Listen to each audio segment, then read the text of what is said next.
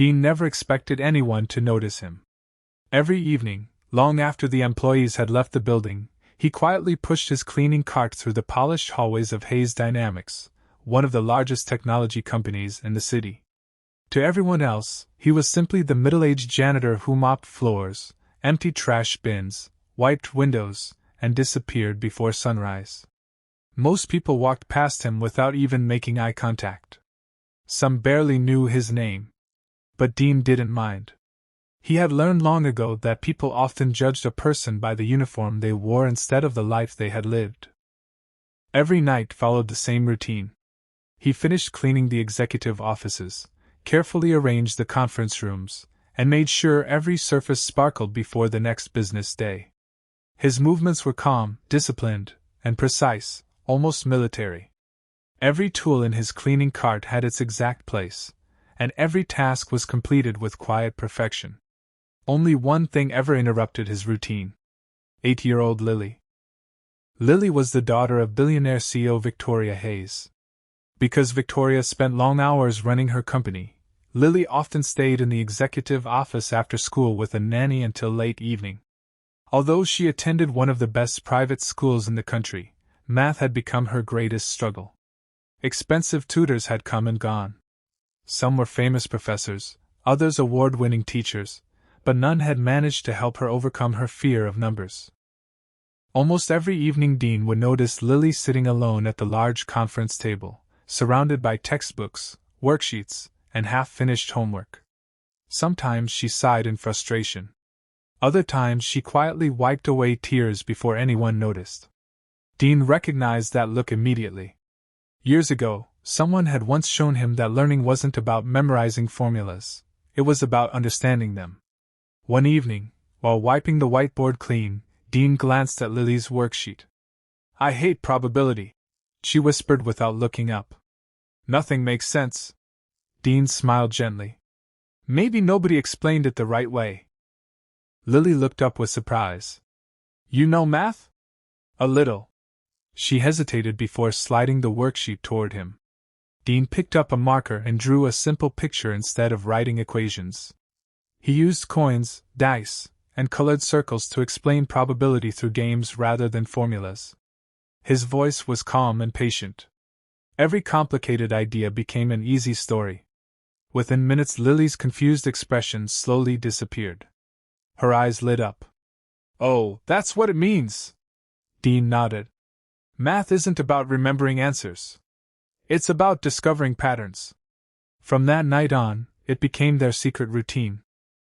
After finishing his cleaning duties, Dean would spend 30 minutes helping Lily understand whatever lesson had frustrated her during school. Sometimes it was fractions. Sometimes geometry. Other nights they explored algebra, statistics, or logical puzzles. He never rushed her. Every mistake became another opportunity to learn instead of something to fear. Instead of simply giving answers, he asked questions. "What do you notice? What happens if we change this number? Can you think of another way?" Little by little, Lily stopped being afraid of math. She even began looking forward to it. Her grades quietly improved. Teachers who had worried about her suddenly noticed remarkable progress. Problems that once took an hour now took only minutes. Victoria noticed the changes too. One evening during dinner, Lily excitedly explained probability using playing cards and coins. Victoria nearly dropped her fork. "Your new tutor taught you that?" Lily smiled. "I don't have a new tutor." Victoria frowned. "Then who?" Lily simply smiled and changed the subject. Victoria assumed the school had finally found a better teaching method.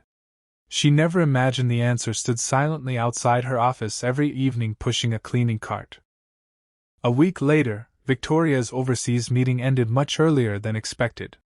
She entered the executive floor quietly, expecting an empty office. Instead, soft voices drifted from the conference room. Curious, she walked toward the open door. Then she froze. Dean stood beside the whiteboard with a marker in his hand. The board was filled with probability diagrams, equations, and colorful sketches. Lily sat at the table solving complex problems completely on her own. Dean wasn't lecturing. He was guiding. Don't look at the formula first, he said softly. Think about the situation. What is the question really asking? Lily paused. Smiled. Oh. There are only 3 possible outcomes. Exactly.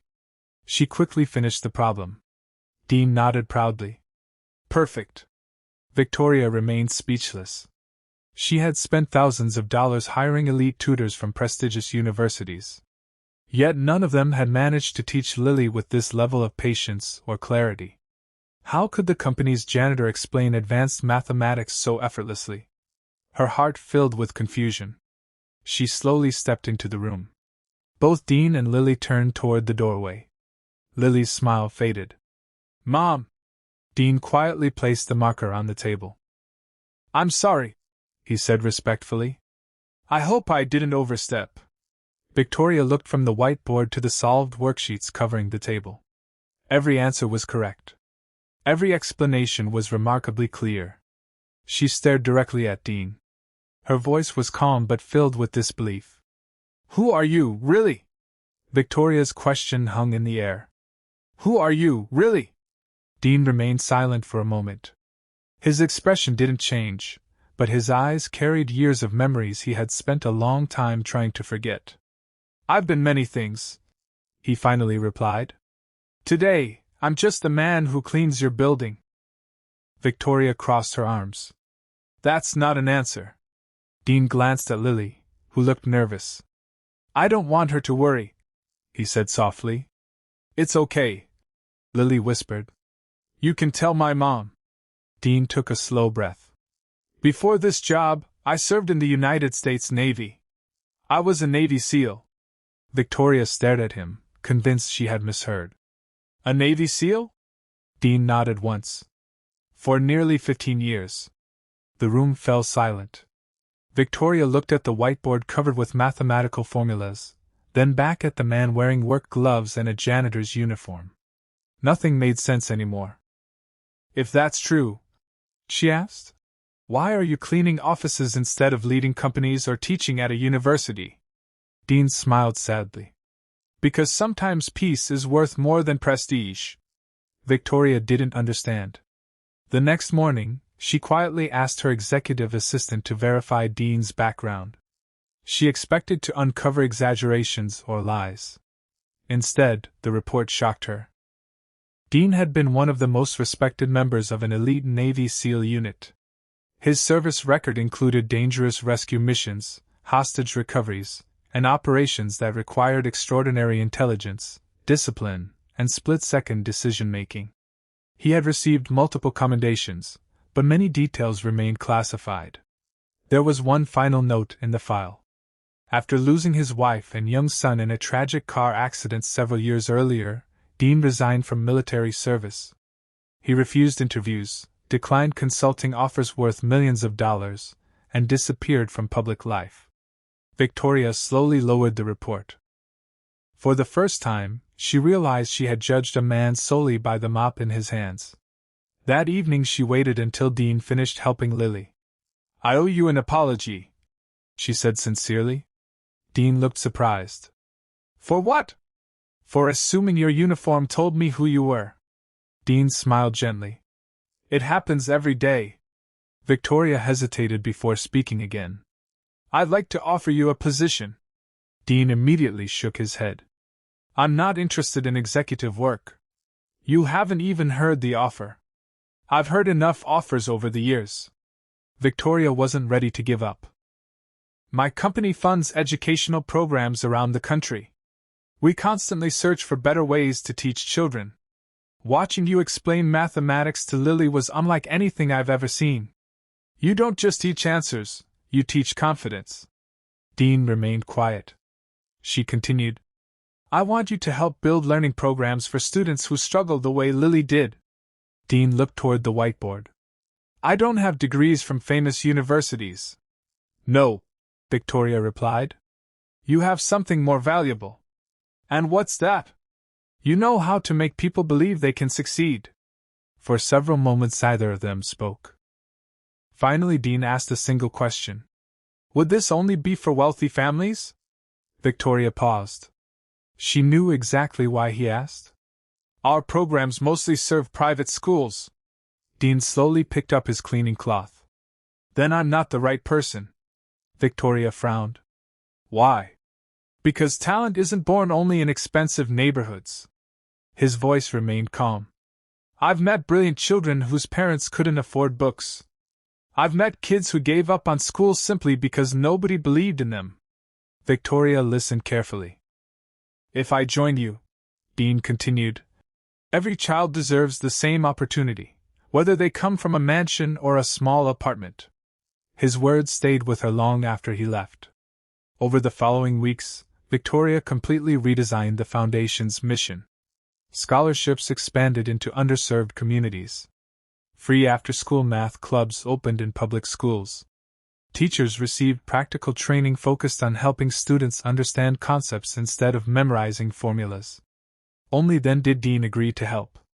His classroom looked nothing like a traditional lecture hall. Students built bridges with craft sticks to learn geometry. They tossed coins to understand probability. They solved mysteries using logic instead of worksheets. Children who once believed they were bad at math slowly discovered they were capable after all. Lily became one of Dean's biggest helpers. She often stood beside him, encouraging younger students who reminded her of herself. I used to think math hated me, she would tell them with a smile.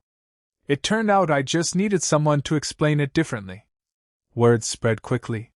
Parents praised the remarkable improvements. Teachers adopted Dean's methods. Students who had feared mathematics began competing in regional competitions with confidence. Reporters soon learned that the architect behind the program had once been a Navy SEAL. They rushed to interview him. Dean politely declined every request. I didn't do this for attention, he said. I did it because every child deserves someone who believes in them. Months later, Victoria stood quietly outside another classroom. Dean was once again standing beside a whiteboard. Only this time, dozens of children filled the room. Some came from wealthy families. Others had arrived on scholarship. No one could tell the difference. To Dean, every student was simply another young mind waiting to discover its potential. Victoria smiled as she watched the lesson unfold. The greatest investment she had ever made wasn't in technology, real estate, or business. It was in a man she had once overlooked because he carried a mop instead of a briefcase. And Dean had proven a lesson far greater than mathematics. True greatness doesn't announce itself. Sometimes, it quietly cleans the room, picks up a marker, and changes lives one lesson at a time.